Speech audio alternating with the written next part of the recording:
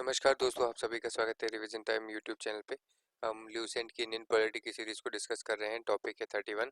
ठीक है, केंद्र और राज्य संबंध।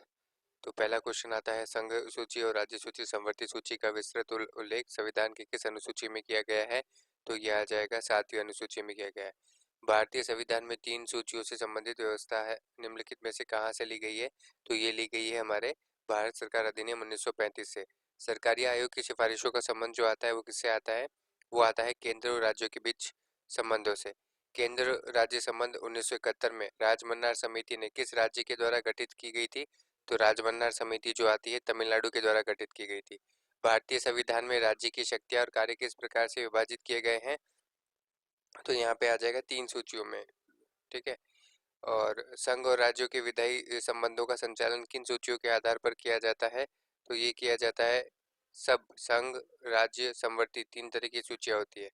भारतीय संविधान में अवशिष्ट अधिकार जो आता है वो किसके पास होता है? वो होता है केंद्र के पास। अवशिष्ट विषयों पर विधि निर्माण का अधिकार जो आता है वो किसे प्राप्त होता है? वो संघ को प्राप्त होता है। ठीक है, किन स्थितियों में संसद राज्य सूची के विषयों पर विधि निर्माण कर सकती है? तो किस निर्माण पर कर सकती है? आपातकाल की स्थिति में 2 या 2 से अधिक राज्यों की सहमति से अंतर्राष्ट्रीय संधि और समझौतों को लागू करने हेतु। उपरोक्त सभी केंद्र राज्य संबंधों पर विचार करने के लिए सरकारी आयोग का गठन कब हुआ था? तो ये गठन हुआ था 1983 में। उन अवशिष्ट मामलों पर जिनका केंद्रीय राज्य समवर्ती सूची के उल्लेख न हो, कौन विधि निर्माण कर सकता है? तो इसमें केवल संसद विधि निर्माण कर सकता है।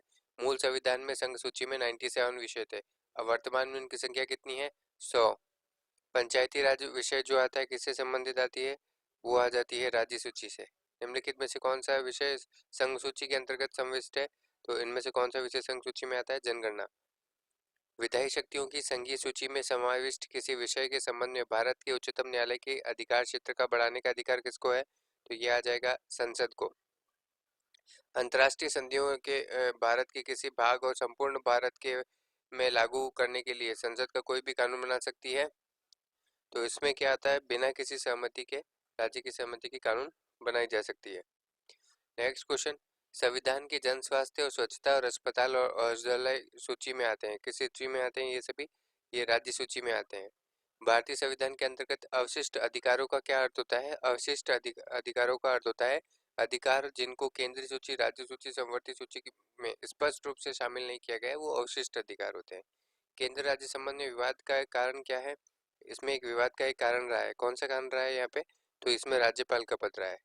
केंद्र और राज्य के मध्य शक्तियों के वितरण के लिए भारत का संविधान 3 सूचियों को प्रस्तुत करता है। निम्नलिखित में से कौन से 2 अनुच्छेद शक्तियों के वितरण को विनियमित करते हैं? तो इसमें आ जाएगा अनुच्छेद नंबर 245 और 246 करते हैं। इस तरीके से यही ये टॉपिक यही समाप्त होता है। सभी का यहाँ तक बनाने के लिए बहुत बहुत